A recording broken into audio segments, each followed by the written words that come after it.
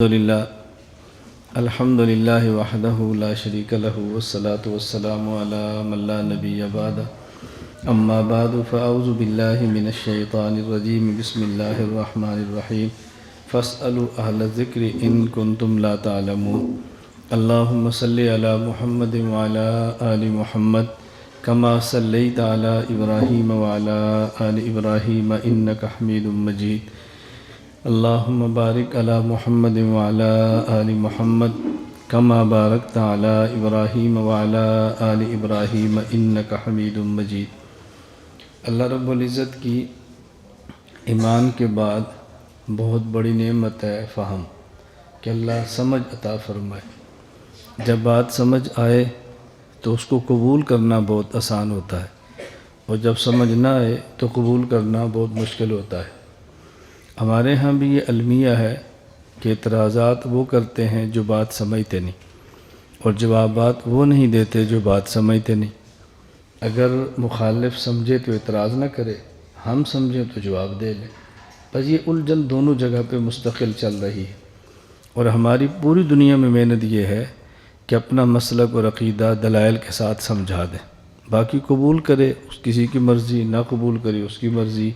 لڑنا جھگڑنا ڈنڈا سوٹا فساد اس کی ضرورت نہیں ہے، بس اپنی بات سمجھانے کی کوشش کرنی چاہیے۔ میرے علم میں ہے کہ آج یہاں فیصل آباد میں کئی ایک مدارس کی چھٹیاں ہیں، لیکن اس کے باوجود بھی ہم نے اس پروگرام کو ختم نہیں کیا کہ جو آئیں وہ تسلسل کے ساتھ اس کو پڑھتے رہیں۔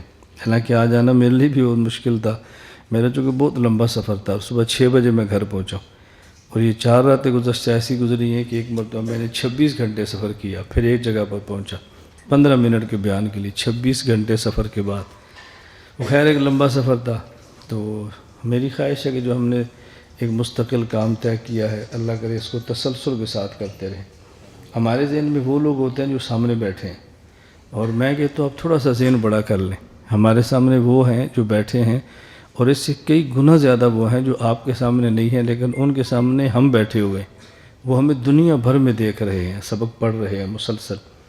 گزشتہ سے پیوستہ سبق تھا، پیوستہ جمعرات کو، تو میں نے مولانا کو میسج بھی کیا تھا کہ اس ہمارے سبق میں 1600 افراد ایسے تھے جو نئے آئے تھے، جو چلنے والے وہ الگ ہیں۔ 1600 افراد گزشتہ سے پیوستہ سبق میں نئے آئے تھے، جو باقاعدہ سامنے بیٹھ کے سبق پڑھتے ہیں۔ اس کے بعد آگے جب یہ نیٹ پہ اپلوڈ ہو جاتا ہے پھر لوگ سنتے رہتے ہیں، اس کی تعداد تو ہمارے علم میں بھی نہیں ہوتی۔ اللہ تعالی ہمیں اپنی بات سمجھانے کی توفیق عطا فرمائے۔ میں نے عرض کیا تھا کہ تقلید کے حوالے سے 4 باتیں سمجھنا ضروری ہیں۔ نمبر 1 تقلید کا معنی، مطلب، مفہوم۔ نمبر 2 تقلید کے دلائل۔ نمبر 3 تقلید پر ہونے والے اعتراضات اور ان کے جوابات۔ نمبر 4 تقلید نہ کرنے کے نقصانات۔ تو ابھی ہماری بات چل رہی ہے تقلید کی تعریف پہ، تاکہ یہ بات اچھی طرح سمجھ آ جائے۔ تقلید کی تعریف میں نے آپ کی خدمت میں عرض کی تھی کہ غیر مسائل اجتہادیہ میں غیر مجتہد کا ایسے مجتہد کے مفتہ بہا مسائل کو بلا مطالبہ دلیل مان لینا جس کا مجتہد ہونا دلیل شرعی سے ثابت ہو، اور اس کا مذہب اصولاً و فروعاً مدون ہو کر مقلد کے پاس تواتر کے ساتھ پہنچا ہو۔ یہ ہے تقلید کی پوری تعریف۔ اب ظاہر ہے جب تقلید ہم کرتے ہیں تو تعریف بھی ہم کریں گے نا۔ لوگ یہ کہتے ہیں نہیں تقلید آپ کرتے ہو تعریف ہم کریں گے، یہ کیسے ہو سکتا ہے؟ جب تقلید ہم کرتے ہیں تو ہم سے پوچھو تقلید کا مطلب کیا ہے۔ ہم تقلید کا معنی اور کرتے ہیں، آپ تقلید کا معنی اور کرتے ہیں، اپنا مفہوم ہمارے اوپر تو مسلط نہ کریں نا۔ تو متکلم کی مراد متکلم ہی بتا سکتا ہے، متکلم کی مراد کا تعین مخاطب نہیں کرتا، یہ عقل اور نقل دونوں کے خلاف ہے۔ اس لیے ہم اپنی مراد خود بیان کریں گے، ہماری مراد کو ہمارا مخاطب بیان نہ کرے، تو جو ہم بیان کریں اس کے اوپر آپ اشکال کریں تو پھر کوئی بات نہیں ہے۔ تو تقلید کی تعریف میں بات چل رہی تھی بلا مطالبہ دلیل، مسائل اجتہادیہ میں غیر مجتہد کا ایسے مجتہد کے مفتہ بہا مسائل کو بلا مطالبہ دلیل مان لینا، یہ بلا مطالبہ دلیل یہ تھی۔ دو چیزیں الگ ہیں، ایک ہے بات بلا دلیل ہو، اور ایک ہے کہ بات کی دلیل تو ہو لیکن اس دلیل کا مطالبہ نہ کیا جائے۔ تو ہم جو تقلید کرتے ہیں اور مجتہد کی بات مانتے ہیں، تو مجتہد کی بات با دلیل ہوتی ہے، لیکن ہم اس مجتہد سے دلیل کا مطالبہ نہیں کرتے۔ تو بے دلیل بات ہونا اور ہے، اور با دلیل بات کو بلا مطالبہ دلیل مان لینا یہ اور ہے۔ یہ بات اچھی طرح ذہن نشین فرما لیں۔ میں بحرین میں تھا تو ایک لڑکا مجھ سے پوچھنے لگا کہ تقلید کرنی چاہیے۔ میں نے کہا آپ کا کیا خیال ہے؟ چونکہ وہ تقلید نہیں کرتا تھا نا، میں نے پہلے آپ سے کہا کہ آپ اپنے ذمہ دلیل نہ لیا کریں، دلیل دوسرے کے ذمہ ڈالا کریں، اس سے بات کرنی بہت آسان ہو جاتی ہے۔ تو مجھے پوچھتا ہے تقلید کرنی چاہیے؟ میں نے کہا آپ کا کیا خیال ہے؟ کہتا میں تو کہتا ہوں تقلید نہیں کرنی چاہیے۔ میں نے پوچھا کیوں نہیں کرنی چاہیے؟ کہتا ہے اس لیے کہ تقلید کہتے ہیں بلا دلیل بات کو ماننا۔ میں نے کہا تقلید کا معنی یہ جو آپ نے کیا ہے بلا مطالبہ بلا دلیل بات کو ماننا، یہ تعریف تقلید کی اللہ پاک نے قرآن کریم میں بیان فرمائی ہے، رسول اکرم صلی اللہ علیہ وسلم نے کسی حدیث میں بیان فرمائی ہے۔ تو یہ تقلید کی تعریف کہاں ہے؟ اس نے اپنے عالم کا نام لے کر کہا کہ فلاں مولانا نے تقلید کی یہ تعریف کی ہے۔ میں نے کہا جب انہوں نے تقلید کی یہ تعریف کی تھی تو آپ نے ان سے دلیل مانگی تھی کہ تقلید کی یہی تعریف ہے، اس پہ دلیل کیا ہے؟ کہتا ہے نہیں۔ تو میں نے کہا یہی تو بلا دلیل بات ہے جو آپ نے مان لی ہے، اس لیے آپ کو تقلید میں شک پڑ گیا، کیونکہ آپ بلا دلیل باتوں کو مانتے ہیں تو آپ سمجھتے ہیں تقلید نہیں کرنی چاہیے، اور ہم با دلیل بات کو بلا مطالبہ دلیل مانتے ہیں، تو ہم اس لیے تقلید کے قائل ہو جاتے ہیں۔ تو میں نے کہا آپ تقلید کا انکار بھی کرتے ہیں، اور جو تقلید کی تعریف کرتے ہیں اس کے مطابق آپ تقلید بھی کرتے ہیں۔ تو ہم تو تقلید کا انکار نہیں کرتے، تقلید کی بات کہتے ہیں۔ تو بلا مطالبہ دلیل یہ اور چیز ہوتی ہے۔ پرسوں سکھر میں جلسہ تھا اور ختم بخاری تھا، بخاری شریف کی آخری حدیث کا سبق تھا، تو اس کے لیے انہوں نے مجھے بلایا تھا کہ ہماری خواہش ہے کہ آخری حدیث پر بیان تم کرو۔ تو میں نے خیر وہ ایک لمبی بات ہے سمجھائی، میں تو اس میں صرف ایک بات کرنے لگا۔ میں نے کہا بھی ہمارے ہاں مردوں کا نصاب عورتوں کے نصاب سے مختلف ہے، کیونکہ مرد اور عورت کی فطرت کے تقاضے الگ ہیں، اس لیے ہم نے دونوں کا نصاب بھی الگ رکھا ہوا ہے۔ مرد جو بخاری پڑھتے ہیں تو ان کی آخری حدیث اور ہے، کلمتان حبیبتان۔ عورتیں جو بخاری پڑھتی ہیں تو ان کی آخری حدیث کتاب النکاح کی آخری حدیث ہے، عاتبنی ابو بکر وجعلیت النبی فی خاصرتی، امی عائشہ رضی اللہ تعالیٰ عنہ کا قول ہے۔ تو میں نے کہا ہمارے ہاں خواتین کے لیے کتاب النکاح پر بخاری ختم ہو جاتی ہے، چونکہ والد کے ذمہ ہے کہ بیٹی کی تربیت کرے اور نکاح کر کے فارغ کر دے، اس لیے ہم مدرسے میں کتاب النکاح پڑھا کے فارغ کر دیتے۔ استاد بھی باپ کی طرح ہی ہوتا ہے، تو میں نے کہا ہمارا نصاب یہاں تک چلتا ہے۔ تو حضرت امام بخاری رحمۃ اللہ علیہ نے کتاب النکاح کے آخر میں جو ہمارے یہاں بچیوں کے نصاب کی آخری حدیث ہے اس میں دو مسئلے بیان فرمائے ہیں۔ باب قول الرجل لصاحبی الارستم اللیلۃ، کیا کوئی شخص اپنے ساتھی سے پوچھ سکتا ہے کہ رات گھر والوں کے پاس گئے تھے؟ دوسرا مسئلہ وطان الرجل ابنۃ فی الخاصرۃ عند العتاب، کیا باپ اپنی بیٹی کو تنبیہ کر سکتا ہے؟ اور جو دلیل پیش کی ہے وہ صرف اس مسئلے پر ہے کہ باپ اپنی بیٹی کو تنبیہ کر سکتا ہے۔ تو امام بخاری نے مسئلے دو بتائے ہیں، اور ایک مسئلے پر دلیل دی ہے اور ایک پر نہیں دی، ایک پر حدیث بیان کی اور ایک پر حدیث بیان نہیں کی۔ کیوں نہیں کی اس کے الگ جوابات ہیں، لیکن یہ طے شدہ ہے کہ امام بخاری نے حدیث بیان نہیں کی۔ تو میں نے کہا جو لوگ بخاری کا دعویٰ کریں ان کو اس پہ نہیں لڑنا چاہیے کہ ہر مسئلے پہ حدیث کا ہونا ضروری ہے، کیونکہ امام بخاری کا اسلوب ہے ایک مسئلہ بیان کیا ہے تو حدیث بیان کی ہے، اور دوسرا مسئلہ بیان کیا ہے تو حدیث بیان نہیں کی۔ اب اس کا یہ معنی نہیں کہ اس پر حدیث ہے ہی نہیں، حدیث ہے، امام بخاری نے بیان بھی نہیں کی اور ہم نے امام بخاری سے مانگی بھی نہیں ہے، اسے کہتے ہیں بلا مطالبہ دلیل۔ کہ دلیل ہوتی ہے لیکن دلیل کا مطالبہ نہیں کرتے۔ پھر عجیب بات یہ کہ امام بخاری رحمۃ اللہ علیہ نے اس میں جو دلیل بیان کی ہے وہ قرآن کریم کی آیت پیش نہیں کی، رسول اللہ صلی اللہ علیہ وسلم کا ارشاد پیش نہیں کیا۔ امی عائشہ کا قول ہے آتبنی ابو بکر، میرے والد نے مجھے ڈانٹا۔ اب ڈانٹنے والا بھی صحابی ہے، جس کو ڈانٹا جا رہا ہے وہ بھی صحابیہ ہے، تو اس کا مطلب یہ ہے کہ امام بخاری کا ذہن یہ ہے کہ دلیل کے طور پہ قرآن بھی پیش ہو سکتا ہے، حدیث بھی پیش ہو سکتی ہے، اور صحابی بھی پیش ہو سکتا ہے۔ تو جو صحابہ کو حجت نہ مانے اس کا بخاری سے کیا تعلق ہے؟ جو ہمیشہ یہ بات کہتا ہے جی اللہ اللہ کا رسول پیش کرو ہم صحابہ کو نہیں مانتے، اس کا بخاری سے کیا تعلق؟ اب دیکھو اگر بخاری صحیح طرح سمجھا لی جائے تو بخاری کے بعد کوئی فتنہ رہ جاتا ہے۔ میں اس لیے کبھی کہتا ہوں کہ ہم ختم بخاری کرتے ہیں، اہمیت بخاری کی بتاتے ہیں، لیکن بخاری کھولتے نہیں ہیں۔ اہمیت ہم بتا دیتے ہیں، استعمال دوسرے کر لیتے ہیں، تو اہمیت بھی بتائیں اور استعمال کر کے بھی بتائیں کہ بخاری شریف کے اندر ہے کیا، تاکہ بات بالکل کھلتی چلی جائے۔ خیر میں عرض کر رہا تھا بلا مطالبہ دلیل تسلیم کرنا، تو تقلید کا مطلب یہ نہیں کہ بلا دلیل بات کو مانتے ہیں، تقلید کا مطلب یہ ہے کہ دلیل ہوتی ہے لیکن دلیل کا مطالبہ نہیں کرتے۔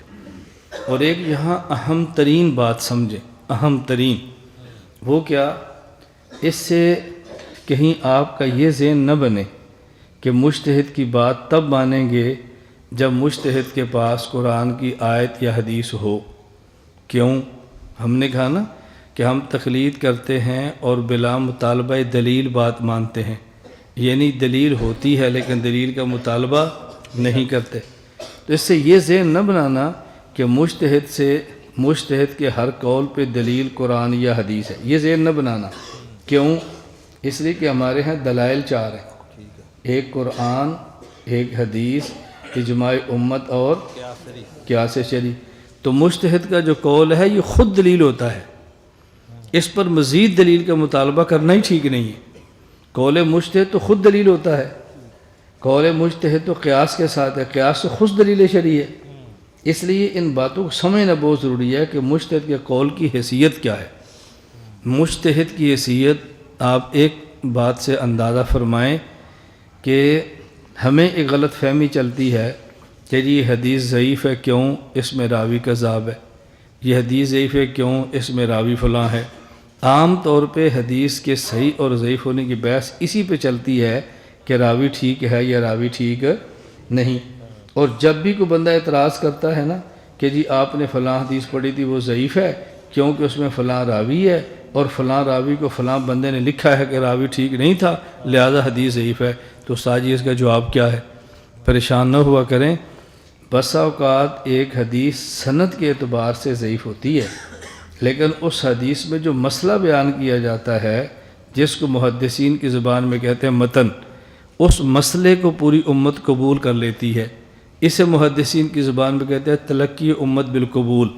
تو جب حدیث میں بیان کی وہ مسئلے یعنی حدیث کے متن کو تلقی بالقبول حاصل ہو جائے تو حدیث کا ذوق ختم ہو جاتا ہے۔ سند کمزور ہونے کے باوجود بھی حدیث صحیح ہوتی ہے۔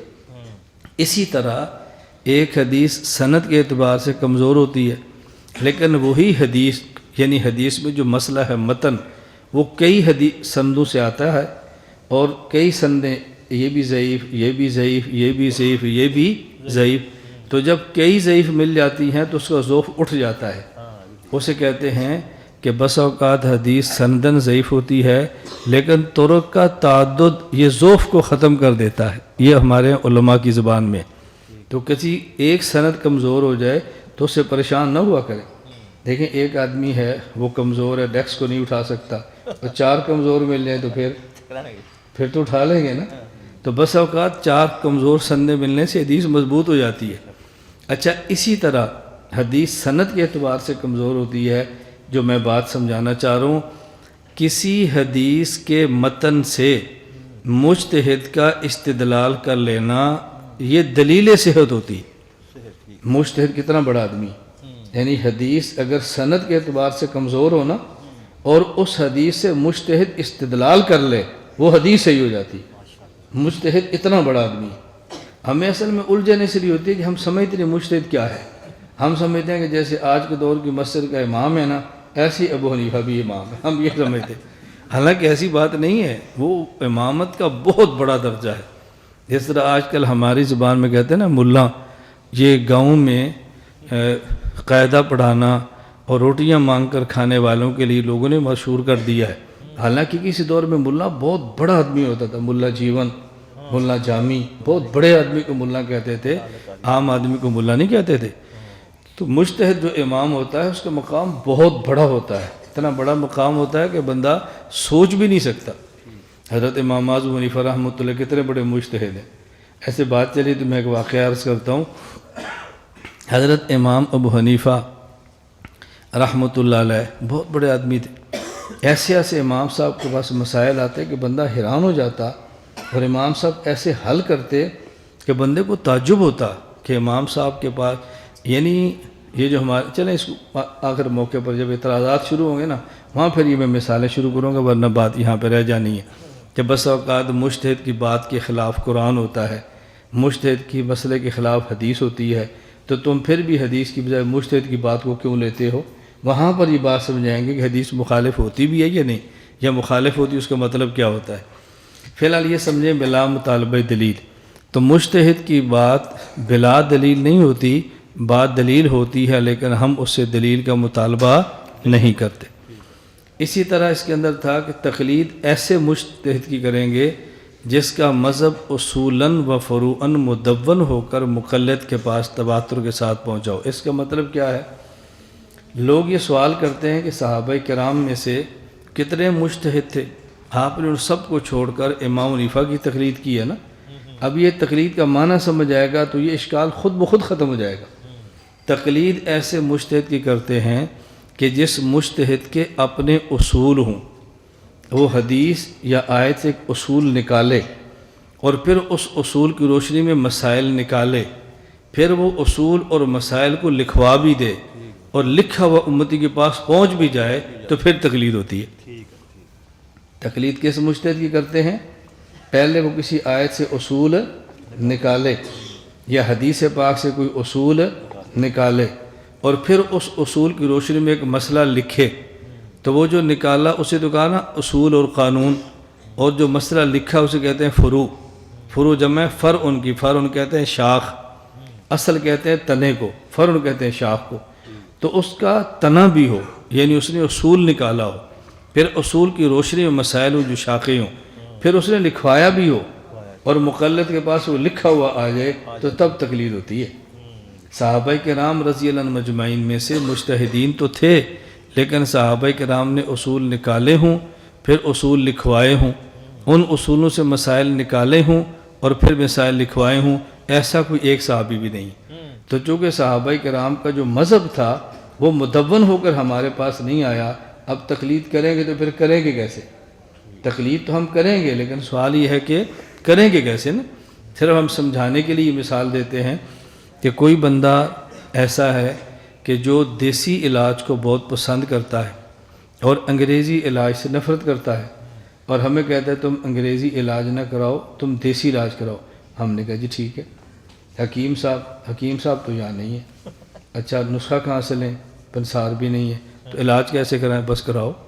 بھئی ہم تو تیار ہیں کرانے کے لیے، لیکن کوئی حکیم بھی بتاؤ، کوئی دواخانہ بھی تو بتاؤ نا، ہمیں کیا تکلیف ہے؟ تو ہم تو خوش ہیں دیسی علاج کرانے پر، لیکن کوئی علاج کرانا کیسے ہے؟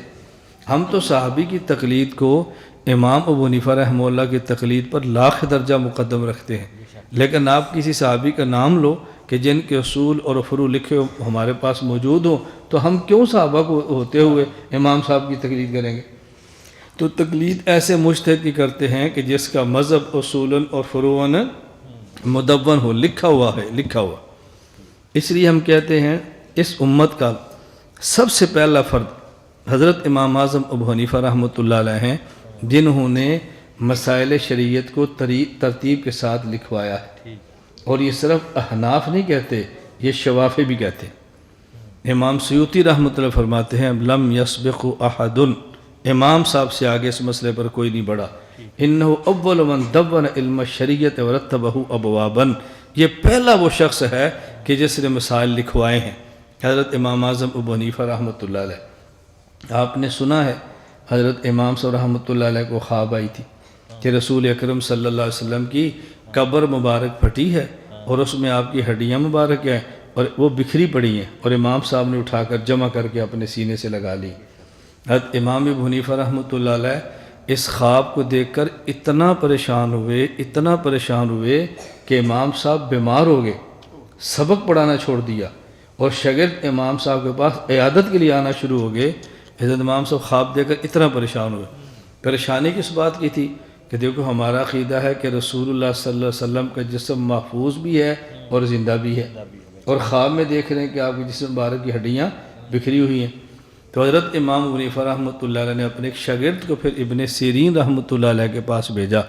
امام ابن سیرین تابعی تھے، تعبیر کے فن کے امام تھے، اور غالباً 500 صحابہ کرام کے شاگرد تھے، کیا ان سے تعبیر پوچھو۔ حضرت ابن سیرین کے پاس گئے اور ساتھ یہ فرمایا کہ یہ نہ بتانا کہ خواب میں نے دیکھی ہے، میرا نام نہ بتانا۔ شاگرد جب گئے تو ابن سیرین رحمہ اللہ نے پوچھا یہ خواب کس نے دیکھی ہے؟ کہا جی جنہوں نے خواب دیکھی ہے انہوں نے اپنا نام بتانے سے منع فرمایا ہے۔ فرمایا یہ خواب ابو حنیفہ کے علاوہ تو دیکھ کوئی نہیں سکتا، اب بتاؤ کس نے دیکھی ہے؟ کہا جی امام ابو حنیفہ نے دیکھی ہے۔ فرمایا ان کو مبارک دو کہ رسول اللہ صلی اللہ علیہ وسلم کی سنتیں جو دنیا میں پھیل گئی ہیں نا، ان کو ایک جگہ جمع کرنے کا کام اللہ ابو حنیفہ سے لے گا۔ اب یہ امام ابن سیرین نے تعبیر کہاں سے نکالی ہے؟ یہ تعبیر نکالی کیسے ہے؟ یہ کتب میں نہیں لکھا کہ تعبیر کیسے نکالی ہے، یہ میں آپ کی خدمت میں پیش کر رہا ہوں کہ تعبیر نکالی کیسے ہے۔ ہمارے اعمال کا نام دین ہے اور نبی کی ذات کا نام دین ہے۔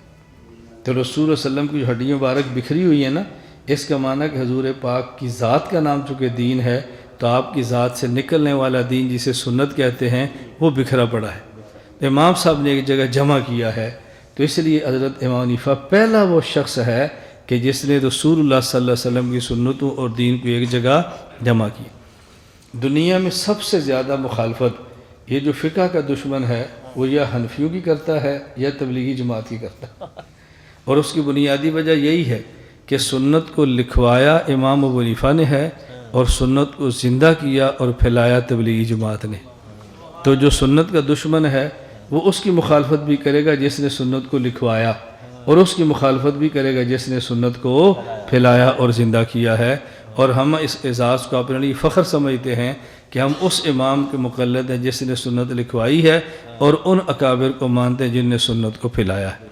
اللہ کا شکر ہے لکھوانے والے بھی ہم ہیں، پھیلانے والے بھی ہم ہیں۔ تو جب آپ کام کریں گے اعتراض تو ہوں گے نا، اعتراض کی پرواہ نہ کریں، اپنے کام کو جاری رکھیں۔ تو ان کا مذہب مدون ہوا ہو۔ یہاں دو لفظ اچھی طرح سمجھ لیں، ہم نے تقلید کی تعریف میں مذہب کی بات کی ہے، دین کی بات نہیں کی۔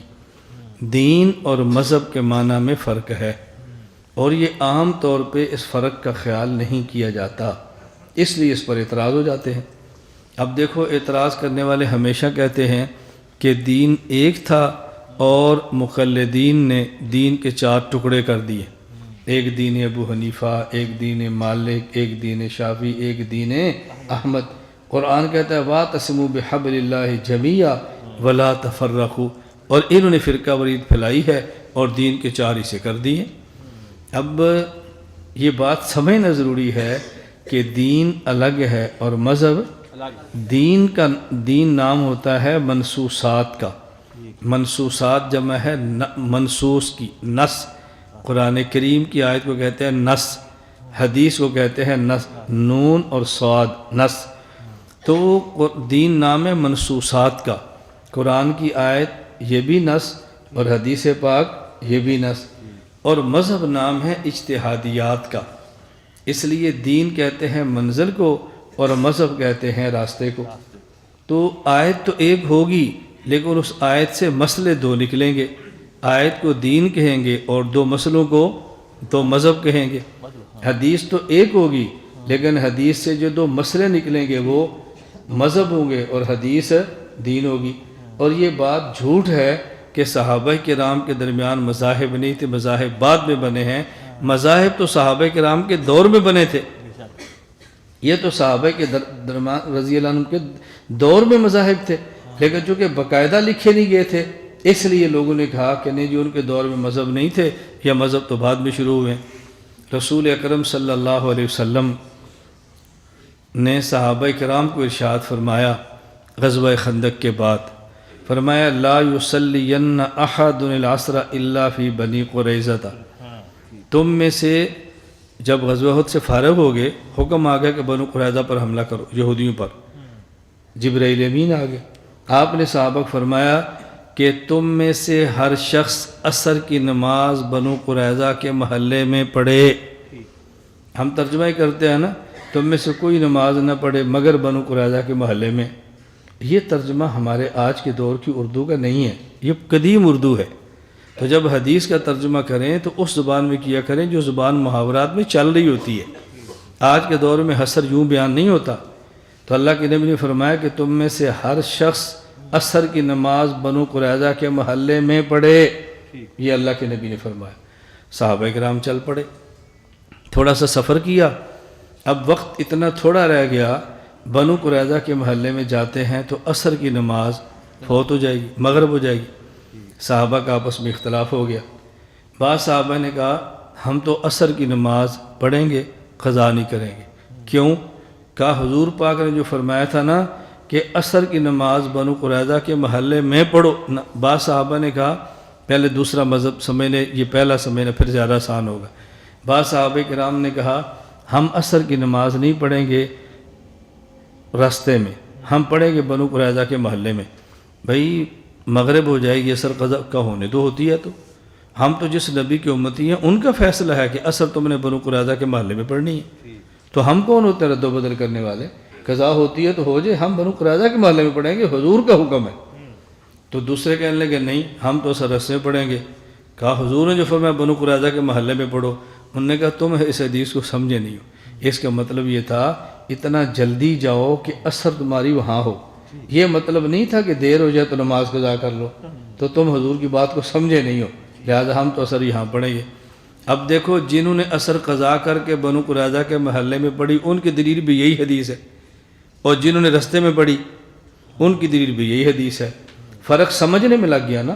بعض صحابہ سمجھے اس کا مطلب یہ ہے خواہ وقت گزر جائے تب بھی وہیں پڑھنا، بعض سمجھے اس کا مطلب یہ ہے کہ اتنا جلدی جانا کہ سورج کے غروب ہونے سے پہلے پہنچ جانا۔ تو حدیث تو ایک ہی ہے نا۔ اب یہ جو حدیث کے الفاظ ہیں لا یصلین احد العصر الا فی بنی قریظہ، بنو قریظہ کے محلے میں جا کے عصر کی نماز پڑھنا یہ دین ہے۔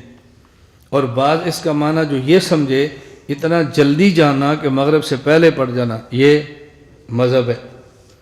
تو دیکھو نص ایک ہے اور فہم دو ہے، تو بعض صحابہ کا یہ مذہب اور بعض کا، اور اختلاف کتنا شدید ہے کہ نماز قضا کی جا رہی ہے۔ لوگ کہتے ہیں ایسا اختلاف بھی ہو سکتا ہے حلال حرام ہو جائے، تو میں نے کہا نماز کو قضا کرنا کتنا بڑا گناہ ہے، اور صحابی کر رہا ہے، میں تو کروں گا، اس کو آپ گناہ گار نہیں کہہ سکتے۔ کیوں؟ یہ مجتہد ہے۔ یہ کون ہے؟ مجتہد ہے۔ اب دیکھو حدیث ایک ہی ہے نا لیکن معنی دو ہو گئے۔ نسائی شریف میں روایت موجود ہے، دو صحابی جا رہے تھے تو نماز کا وقت تھا، پانی موجود نہیں تھا، ان نے تیمم کیا اور نماز پڑھ لی۔ جب نماز پڑھی ابھی اگلی نماز کا وقت داخل نہیں ہوا کہ ان کو پانی مل گیا۔ ایک صحابی کہنے لگا بھی میں تو وضو کر کے نماز دوبارہ پڑھوں گا۔ کیوں؟ اس نے کہا قرآن کو میں فَإِن تَجِدُوا مَاءً فَتَيَمَّمُوا، جب پانی نہ ملے تو تیمم کرو۔ پانی نہیں ملا، میں نے تیمم کیا تھا، پانی مل گیا، ابھی نماز کا وقت باقی ہے، اب میرے ذمہ ضروری ہے کہ میں پانی کے ساتھ وضو کروں، اب حکم فَإِن تَجِدُوا مَاءً والا ختم ہو گیا۔ دوسرا کہتا ہے نہیں میں تو تیمم کر کے دوبارہ نماز نہیں پڑھوں گا۔ کیوں؟ کہ قرآن نے کہا فَإِن تَجِدُوا مَاءً فَتَيَمَّمُوا، جب پانی نہ ملے تیمم کرو، تو میں نے تو عمل کر لیا، میں کیوں پڑھوں؟ دیکھو آیت ایک ہی ہے، مسئلے دو ہیں۔ اب آیت ایک ہو اور امام حنیفہ اور امام شافعی کے دو مسئلے ہو جائیں تو ہم کہتے دین کے ٹکڑے کر دیے، اور ایک ہی آیت پر دو صحابہ کے مسئلے ہو گئے، اب کیوں نہیں کہتے دین کے ٹکڑے کر دیے؟ اب فَإِن لَمْ تَجِدُوا مَاءً فَتَيَمَّمُوا یہ دین ہے، اور میں نماز دوبارہ پڑھوں گا یہ ایک مذہب ہے، میں دوبارہ نہیں پڑھوں گا یہ ایک مذہب ہے، ایک صحابی کا مذہب ایک دوسرے کا۔ اب دیکھو دین ایک ہے، مذہب دو ہیں۔ تو یہ تو صحابہ کرام کے دور میں بھی تھا، یہ کون کہتا ہے کہ صحابہ کرام کے دور میں نہیں تھا؟ تو یہ مذاہب کا اختلاف صحابہ کرام کے دور میں بھی تھا۔ ہاں فرق اتنا ہے کہ اس وقت مذاہب والے بھی تھے اور احترام والے بھی تھے، یہ لا مذہب نہیں تھے، لا مذہب۔ یہ کہتے ہیں نا صحابہ کے دور میں مذاہب تھے، آپ کہا کرو بھی صحابہ کے دور میں مذاہب تھے، مذاہب والے بھی تھے، ہاں لا مذہب نہیں تھے۔ اس لیے ان صحابہ کرام کے آپس میں لڑائی بھی نہیں ہوتی تھی، کوئی ایک دوسرے کو برا بھی نہیں کہتا تھا۔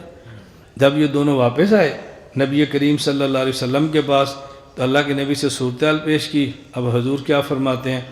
فرمایا جس آدمی نے وضو کیا اور تیمم کر لیا اور نماز پڑھی، پانی مل گیا اور دوبارہ وضو کر کے نماز نہیں پڑھی، مسئلہ تیرا ٹھیک ہے، فقط اصبت سنت، اصل مسئلہ یہی ہے۔ تو حضور اس نے جو دوبارہ پڑھی ہے، فرمایا اللہ اس کو 2 اجر دے دے گا، ایک نماز پہلی کا، ایک نماز دوسری کا۔ مسئلہ تو اس کا ٹھیک نہیں ہے، لیکن جو کہ بندہ ٹھیک ہے لہذا اجر اس کو دگنا مل جائے گا۔ یعنی بس اوقات مسئلے میں خطا ہو جاتی ہے لیکن اس کی نیت میں فساد نہیں ہوتا، اس لیے اس کی نیت ٹھیک تھی، اس کو 2 نمازوں کا اجر مل جائے گا۔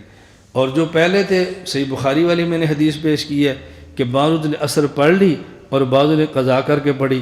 جب اللہ کے نبی کو بتایا، امام بخاری فرماتا ہے فلم یعن واحد منہم، حضور پاک صلی اللہ علیہ وسلم نے کسی ایک پر بھی تنقید نہیں کی، فرمایا کہ دونوں ٹھیک ہیں، فرمایا دونوں ٹھیک ہے۔ تو ایک ہے دین اور ایک ہے مذہب۔ دین نام ہے منصوصات کا اور مذہب نام ہے اجتہادیات کا۔ آپ سب سے زیادہ ان مسائل کو چھیڑنے والی کتاب ہدایہ ہمارے نصاب میں، آپ ہدایہ جا کر کھول لیں، صاحب ہدایہ کبھی بھی نہیں کہتے ھذا دین ابی حنیفہ، وہ کہتے ہیں ھذا مذہب ابی حنیفہ۔ وہ مذاہب کہتے ہیں تو ہم ائمہ کے اختلاف کو مذاہب کہتے ہیں اور یہ لوگ ائمہ کے اختلاف کو دین کے اختلاف کہتے ہیں۔ تو اختلاف کا معنی یہ نہیں سمجھے اور تھوپتے ہمارے اوپر ہے کہ تم نہیں سمجھے۔ میں نے اس لیے گزارش کیا ہے بھی دین اور مذہب کا معنی سمجھ لو۔ میں نے دوسرے انداز میں سمجھایا کہ دین نام ہے منزل کا اور مذہب نام ہے راستہ کا۔ یہاں سے میں سرگودا جاتا ہوں تو سرگودا جانے کا فیصل آباد سے ایک ہی راستہ ہے یا کئی راستے ہیں؟ یہ کئی راستے کو کئی مذاہب کہتے ہیں۔ منزل ایک ہوتی ہے، راستے کئی ہوتے ہیں۔ تو منزل سے آدمی بھٹک جائے تو گمراہ ہوتا ہے، اور راستے ایک کی بجائے دوسرے چلے اس کو گمراہی نہیں کہتے۔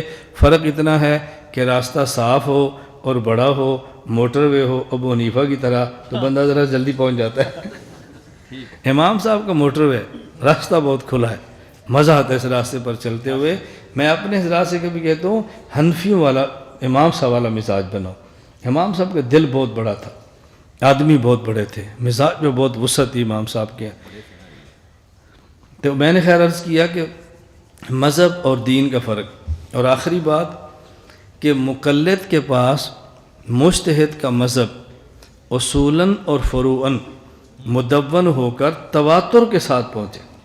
تواتر کے ساتھ پہنچنے کا مطلب کیا ہوتا ہے کہ وہ اس طرح اس کے پاس پہنچے کہ دنیا میں اس کو جھٹلانے والا کوئی نہ ہو، جھٹلانے والا کوئی نہ ہو۔ یہ کوئی نہ ہو سے مراد ہے کہ دیانتدار کوئی نہ ہو۔ بد دیانت جھٹلانے والے تو ہر دور میں مل جاتے ہیں۔ بد دیانت کا کیا ہوتا ہے؟ یعنی سمجھدار آدمی، صاحب علم آدمی اس کو جھٹلا نہ سکے، اس کا نام ہوتا ہے کہ چیز تواتر کے ساتھ ثابت ہے۔ یہاں ہم سند کی بات نہیں کر رہے، تواتر کی بات کر رہے ہیں۔ جو مقام تواتر کا ہے وہ مقام سند کا، سند میں تو گنتی ہوتی ہے اور تواتر میں گنتی نہیں ہوتی۔ ان گنت لوگوں نے کہا، بے شمار لوگوں نے کہا، اتنے کہنے والے تھے کہ وہ جھوٹ پر جمع ہو ہی نہیں سکتے، اسے کہتے ہیں تواتر۔ یہ بات سمجھیں گے نا؟ اب صرف تعریف کو سمجھنے سے بہت سارے اعتراضات ختم ہو جاتے ہیں۔ یہاں لالا موسیٰ ضلع گجرات ایک مسجد ہے، وہاں میرا بیان تھا اور بیان کے دوران ایک ساتھی نے چٹ دی کہ جی آپ کہتے ہیں حنفی، ہم تو حنفی کو مانتے ہیں، لیکن یہ جو آپ مسائل بیان کرتے ہیں نا امام ابو حنیفہ رحمۃ اللہ علیہ کے حوالے سے، یہ امام ابو حنیفہ رحمۃ اللہ سے ثابت نہیں ہے۔ اگر تم سند کے ساتھ فقہ حنفی ابو حنیفہ سے ثابت کر دو تو ہم حنفی ہونے کے لیے تیار ہیں۔ اب بتاؤ کتنا بڑا یہ چیلنج ہے کہ فقہ حنفی تم سند کے ساتھ ابو حنیفہ سے ثابت کر دو یہ سارے مسئلے، تو ہم حنفی ہونے کے لیے تیار ہیں۔ میں نے کہا جو اعتراض آپ کا ہے، اگر یہی اعتراض کوئی عیسائی کر دے کہ میں مسلمان ہونے کے لیے تیار ہوں، میری چھوٹی سی شرط ہے، دیکھو کتنی سادی سی بات، میری چھوٹی سی شرط ہے کہ الحمد سے لے کر والناس تک یہ ساری آیتیں اللہ کے نبی سے ہیں؟ جی۔ ساری آیتیں سند سے حضور سے تم ثابت کر دو، میں مسلمان ہو جاتا ہوں۔ میں نے کہا کر لو گے؟ کہتے جی نہیں۔ تو میں نے کہا پھر عیسائیوں کا کیا بنے گا؟ کیا جی یہ تو تواتر کے ساتھ ثابت ہے۔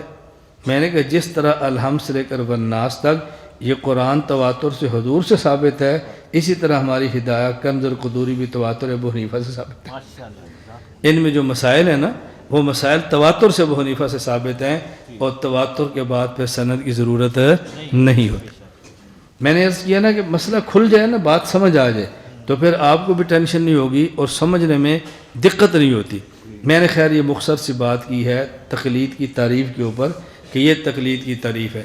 اب آپ ذہن میں رکھ لیں گے نا، مسائل اجتہادیہ میں غیر مجتہد کا مجتہد کے ایسے مفتبہہ مسائل کو بلا مطالبہ دلیل مان لینا جن کا مجتہد ہونا دلیل شرعی سے ثابت ہو اور ان کا مذہب اصولاً و فروعاً مدون ہو کر مقلد کے پاس تواتر کے ساتھ پہنچا ہو، بس یہ ہے تقلید کی تعریف۔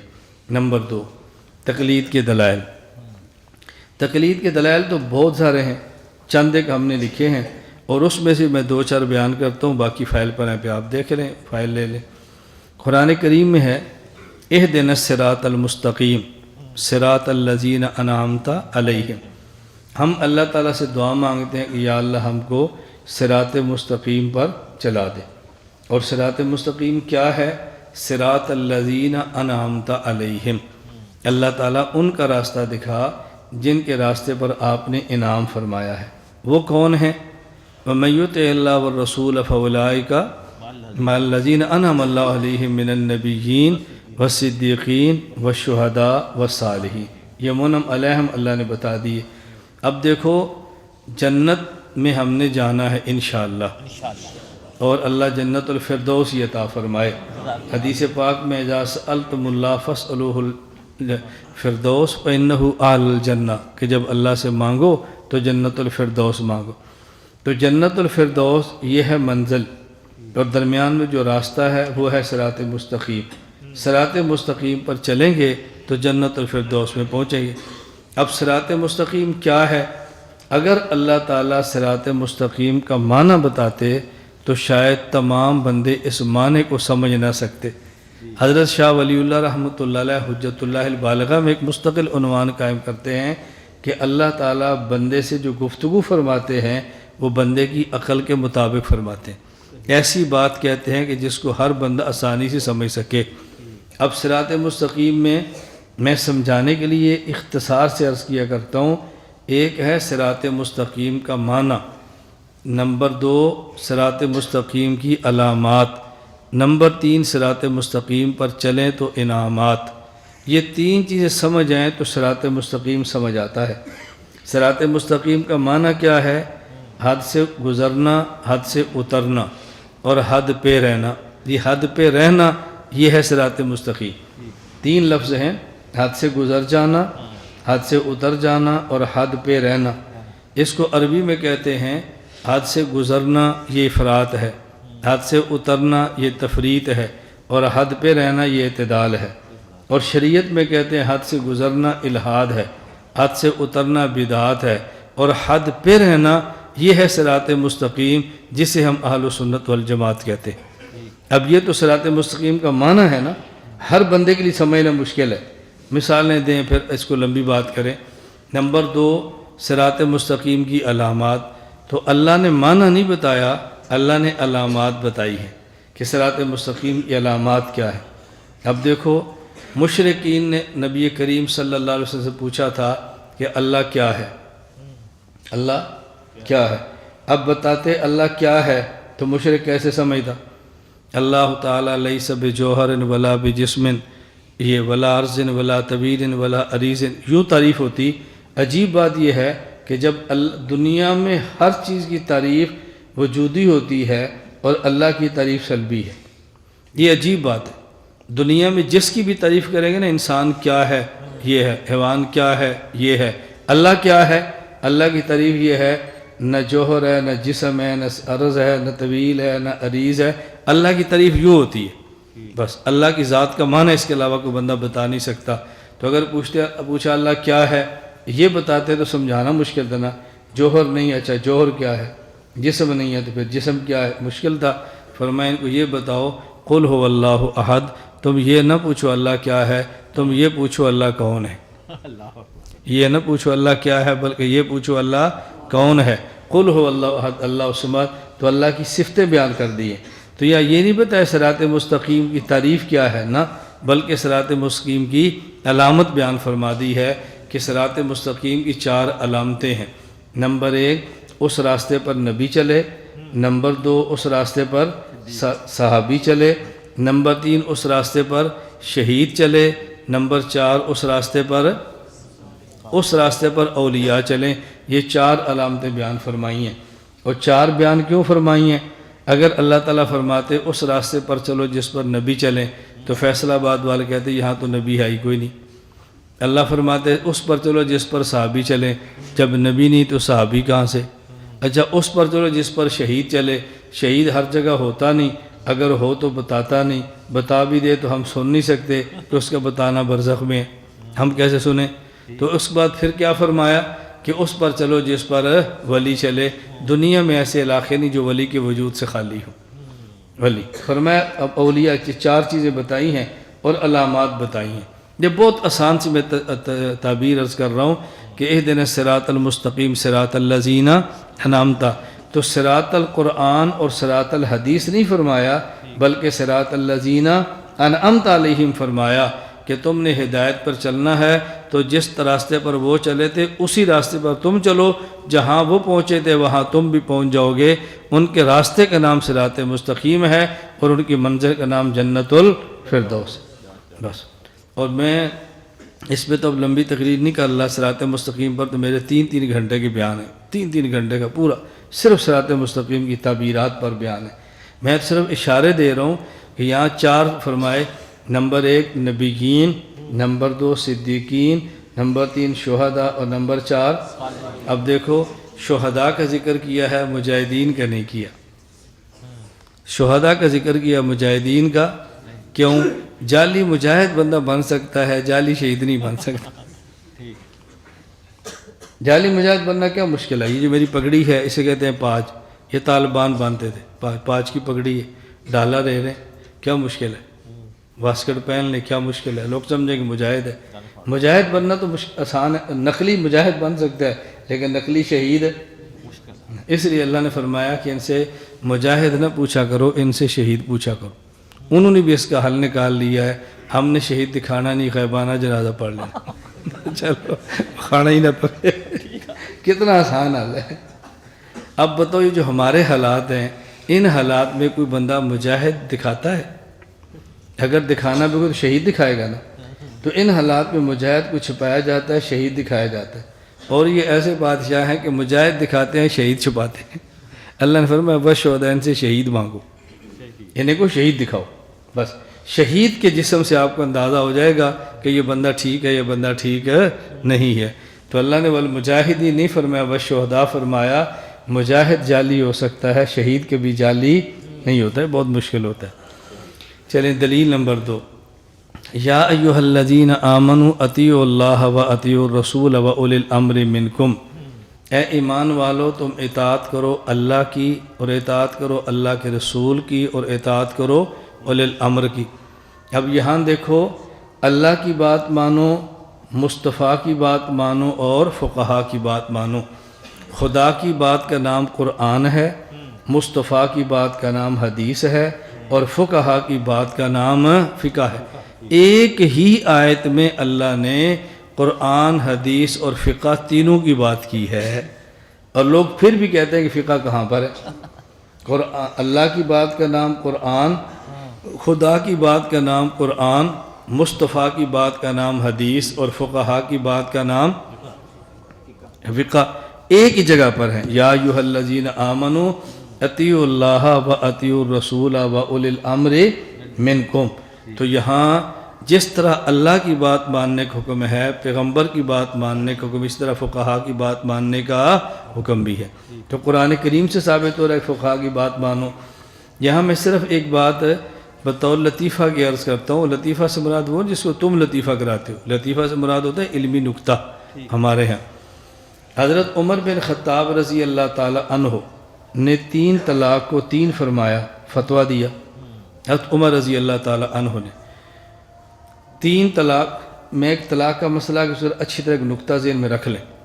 ابھی چند دن قبل کی بات ہے کہ کینیڈا وہ رہائشی تھے، دونوں خامند بھی پاکستان آئے اور آپس میں وہ انبن جو ایک لمبا مسئلہ تھا، خاتون واپس گئی تو خامند غصے میں آ کر پیچھے سے اپنی بیوی کو نام لے کر کہا میں تجھے ایک طلاق دینا، تجھے ایک طلاق دینا، تجھے ایک طلاق دینا، 3 مرتبہ کہا میں تجھے ایک طلاق دیتا ہوں، تجھے ایک طلاق دیتا ہوں، تجھے ایک طلاق دیتا ہوں۔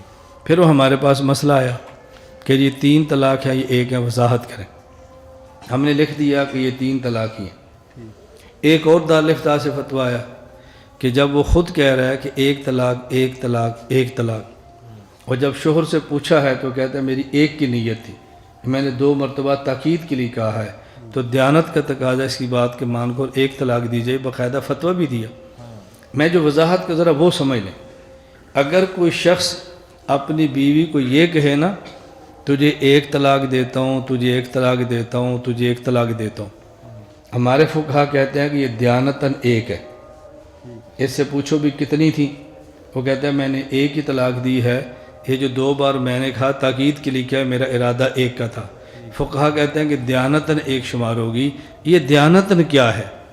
یہ دیانتاً نہ سمجھنے کی وجہ سے فتویٰ دینے میں غلطی ہو جاتی ہے۔ دیانتاً کا معنی یہ ہوتا ہے ایک بندے نے اپنی بیوی سے 3 مرتبہ کہا اور وہ کہتا ہے میری نیت ایک طلاق کی تھی، یہ 3 مرتبہ جو میں نے کہا نا نیت ایک کی تھی، میں نے تاکید کے لیے 3 بار کہا۔ دیانت کا معنی ہوتا ہے کہ اس بات کا شوہر اور بیوی کے علاوہ کسی کو علم نہ ہو، معاشرے کے اندر بات نہ گئی ہو، خاندان میں بات نہ پھیلی ہو، اب اس کی نیت کو دیکھتے ہیں، یہ ہے دیانت۔ اور جب اس کی بات خاندان میں آ جائے، اب دیانت سے نکل کر بات عرف میں آ جاتی ہے، اب اس کو 3 ہی کہیں گے، اب اس کو 1 نہیں کہیں گے۔ یہ جو فقہا جو دیانت کا لفظ کہتے ہیں اس کو سمجھنا ضروری ہے کہ دیانتن کا مطلب کیا ہوتا ہے، کہ ہم اس کی بات مانیں کہ باقی سچ کہتے ہیں جھوٹ کہتے ہیں، معاملہ اللہ کے حوالے۔ حضرت عمر نے فرمایا تھا کہ نہیں، اب ہم احتمال نہیں دیکھیں گے، جس نے 3 کہہ دیا تو 3 ہی ہوگی۔ کیا حضرت عمر اس دیانت کو نہیں سمجھتے جس دیانت کی بات ہم کرتے ہیں؟ بعض باتیں ہوتی ہیں جو بندے کی اور اللہ کے درمیان ہوتی ہیں، ابھی بات باہر جاتی نہیں ہے، ابھی تک بات باہر اس طرح بہت ساری باتیں ہوتی ہیں، کوئی بندہ کسی کے بارے میں بات کہہ لیتا ہے لیکن ابھی تک وہ بات پھیلتی نہیں ہے، تو اس کی تو معافی ہو جاتی ہے۔ جب وہ 100 بندوں کے پاس چلی جائے اب اس کی معافی کیسی ہوگی؟ اب تو معاملہ اس کو اللہ کے درمیان کا ختم ہو گیا نا۔ خیر، میں صرف یہ عرض کر رہا تھا کہ جب ہم یہ بات کہتے ہیں عمر کا فیصلہ ہے، تو بعض لوگ کہتے ہیں کہ دیکھو جی قرآن کریم میں ہے اللہ کی بات مانو، رسول کی بات مانو اور اولی الامر کی مانو۔ اولی الامر کہا ہے، فقہا نہیں کہا، اور اولی الامر ہوتے ہیں حاکم۔ تو اس کا مطلب یہ ہے کہ خدا، مصطفیٰ اور حاکم کی بات مانو۔ ہم کہتے ہیں چلو حضرت عمر نے جو فیصلہ دیا کہ 3 طلاق دو تو 3 طلاق ہوتی ہیں، حضرت عمر حاکم تھے یا نہیں؟ جی حاکم تھے نا، تو مان لو۔ حضرت عمر کی بات مانو، فقیہ تھے پھر بھی مانو، بات مانو حاکم تھے پھر بھی مانو۔ اگر تمہاری تفسیر مان لی جائے کہ اولی الامر سے مراد حاکم ہے تو حضرت عمر کا فیصلہ تو پھر بھی ماننا چاہیے نا، فیصلے سے انکار تو نہیں ہو سکتا۔ باقی یہ بات الگ ہے کہ اولی الامر سے مراد یا حاکم نہیں ہے، اولی الامر سے مراد ہے فقہا، اور یہ تعریف حضرت جابر بن عبداللہ بن عباس رضی اللہ عنہ اور تابعین سے مروی ہے۔ یہاں پر امام فخر الدین رازی رحمۃ اللہ ایک بڑی پیاری بات فرمائی ہے۔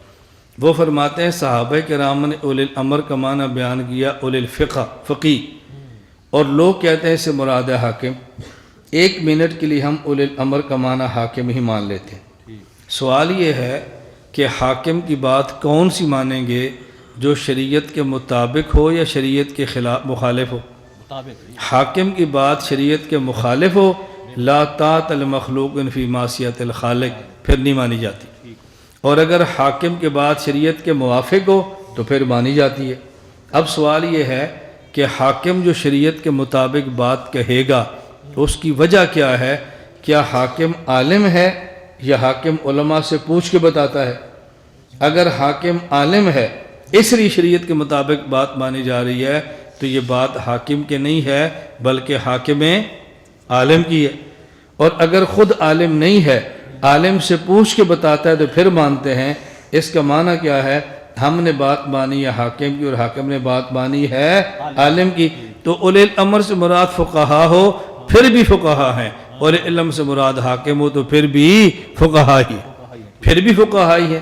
اس لیے یہاں فرمایا خدا کی بات مانو، مصطفیٰ کی بات مانو اور فقہا کی بات مانو۔ جب یہ آیت پڑھیں گے نا، اس پر جو سب سے بڑا سوال ہوگا وہ یہ ہوگا کہ تم نے آدھی آیت پڑھی یا پوری نہیں پڑھی۔ آگے پڑھو، دیکھو کیا لکھا ہوا ہے۔ یا ایھا الذین آمنوا اطیعوا اللہ و اطیعوا الرسول و اولی الامر منکم، آگے ہے فَإِن تَنَازَعْتُمْ فِي شَيْءٍ فَرُدُّوهُ إِلَى اللَّهِ وَالرَّسُولِ، اگر تمہارا کسی مسئلے پر اختلاف ہو جائے تو اپنا اختلاف اللہ اور اللہ کے رسول سے حل کراؤ۔ کہتے ہیں دیکھو بات تو قرآن حدیث کی ہے، تم اگلی آیت تو پڑھ نہیں رہے۔ یہ بات اچھی طرح سمجھو، یا خطاب دو ہیں۔ نمبر ایک، یا ایھا الذین آمنوا اطیعوا اللہ، اے ایمان والو اللہ رسول اور فقہا کی اطاعت کرو۔ دوسرا خطاب فَإِن تَنَازَعْتُمْ فِي شَيْءٍ فَرُدُّوهُ إِلَى اللَّهِ، اگر تمہارا کسی مسئلے میں جھگڑا ہو جائے تو پھر یہ اللہ اور اللہ کے رسول یعنی قرآن اور حدیث کی طرف رجوع کرو اور اس سے پھر اس اختلاف کا حل نکالو۔ یہ جو پہلا عمومی خطاب ہے نا، یا ایھا الذین آمنوا، یہ خطاب ہے سب کو۔ اور جو آگے فرمایا نا فَإِن تَنَازَعْتُمْ فِي شَيْءٍ، کہ جب تمہارا اختلاف ہو جائے تو پھر قرآن حدیث سے حل کرنا، یہ اختلاف ہر بندے کو نہیں ہے، یہ اختلاف فقہا کو، یہ حکم ہر بندے کو نہیں، یہ حکم فقہا کو ہے۔ کیوں؟ ہر بندہ تو قرآن حدیث سے مسئلہ حل کرا ہی نہیں سکتا، اس کو خطاب کیسے ہوگا؟ اس کو یہ حضرت امام ابو بکر رازی فرماتے ہیں لِأَنَّهُمْ لَا يَعْرِفُونَ كَيْفِيَّةَ الرَّدِّ إِلَىٰ كِتَابِ اللَّهِ وَالسُّنَّةِ، چونکہ ہر آدمی کتاب اللہ اور سنت رسول اللہ سے فیصلہ کرنے کی اہلیت ہی نہیں رکھتا، لہذا ہر بندے کو خطاب نہیں ہے۔ یہ بالکل ایسے ہی ہے کہ جیسے ہم کہیں بھئی اگر تمہارا کسی مسئلے میں اختلاف ہونا تو مفتیوں کے پاس جاؤ، اور اگر مفتیوں میں اختلاف ہو جائے تو پھر وہ مفتی جائیں گے قرآن حدیث کی طرف۔ تو یہ فرمایا کہ عام بندہ تو خدا مستوار فقہا سے بات پوچھے، اور فقہا میں اختلاف ہو جائے تو یہ بات قرآن کریم حدیث پاک سے حل فرمائے۔ تیسری اور آخری قرآن کریم کے حوالے سے میں دلیل پیش کر رہا ہوں، فَاسْأَلُوا أَهْلَ الذِّكْرِ إِن كُنتُمْ لَا تَعْلَمُونَ۔ فرمایا کہ جب بھی تمہیں کوئی مسئلہ پیش آ جائے تو پھر تم مسئلہ پوچھا کرو اہل ذکر، اہل علم سے، ان کنتم لا تعلمون، اگر تمہارے پاس علم موجود نہیں ہے۔ تو یہاں اللہ پاک نے دو قسم کے بندے بتائے، بعض وہ کہ جن کے پاس علم ہے اور بعض وہ جن کے پاس علم نہیں۔ جن کے پاس علم نہیں وہ ان سے پوچھیں کہ جن کے پاس علم ہے۔ یہی بات ہم کہتے ہیں، ایک ہے مجتہد اور ایک ہے غیر مجتہد۔ غیر مجتہد کو چاہیے کہ مجتہد سے پوچھے، اور مجتہد کو چاہیے کہ قرآن کریم اور سنت مبارکہ کی طرف رجوع کر کے مسائل نکالے اور امت کے حوالے کرتا رہے۔ تو اگر مجتہد کی بات غیر مجتہد نے ماننی نہیں ہے تو فَاسْأَلُوا أَهْلَ ذِكْرٍ إِن كُنتُمْ لَا تَعْلَمُونَ کی بات کیوں فرمائی ہے؟ اس لیے اللہ پاک نے فرمایا کہ تمہیں چاہیے کہ ان سے پوچھو۔ آگے پھر نکات ہیں سارے، اہل ذکر فرمایا، اہل علم کیوں نہیں فرمایا؟ ہمارے حضرات فرماتے ہیں دو وجہ سے۔ ایک بتانا مقصود ہے کہ صرف علم کافی نہیں ہے، علم کے ساتھ ذکر بھی ہونا چاہیے۔ صرف علم کافی نہیں ہے، عمل بھی ہونا چاہیے۔ اور مجتہد اصل وہی ہوتا ہے کہ جو عالم بھی ہو اور عامل بھی ہو، شریعت پہ عمل بھی کرتا ہو۔ اور دوسری بات سمجھائیے، ذکر کہتے ہیں یاد دہانی کو۔ ایسے بندے سے مسائل پوچھو کہ جس کو مسائل ازبر ہوں اور یاد بھی ہوں۔ ایسا بندہ نہیں جس کو خود ہی مسائل نہیں آتے، وہ دوسرے کو کیا بتائے گا؟ اللہ تعالی ہم سب کو امت کے فقہا پر اعتماد کرتے ہوئے فقہا کی بات ماننے کی توفیق عطا فرمائے۔ وآخر دعوانا ان الحمدللہ رب العالمین۔ اگلی جمعرات کھڑی ہے 31 جنوری انشاءاللہ انشاءاللہ۔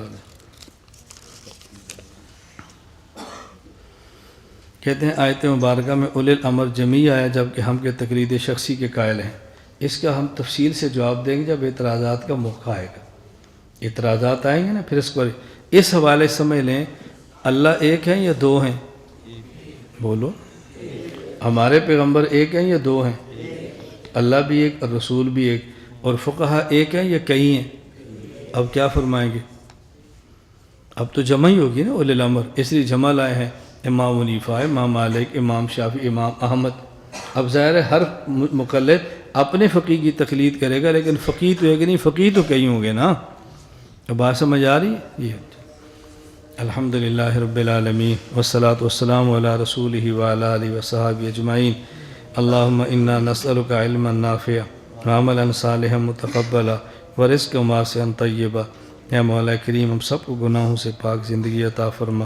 اے اللہ علوم کی برکتیں عطا فرما۔ یا اللہ علوم نافع عطا فرما۔ یا اللہ اس مجلس کو اپنے کرم سے قبول فرما۔ جو بیمار ہیں ان کو صحت عطا فرما، مقروضوں کے قرض ادا فرما، ضروریات خزانہ غیب سے پوری فرما۔ یا اللہ اس درس کو ہدایت کا ذریعہ بنا۔ وصلی اللہ تعالی علی رسول خیر خلقہ محمد وعلی آلہ وصحبہ اجمعین برحمتک یا ارحم۔ لا إله إلا الله، لا إله إلا الله، لا إله إلا الله، ما لنا رب سواه. لا إله إلا الله.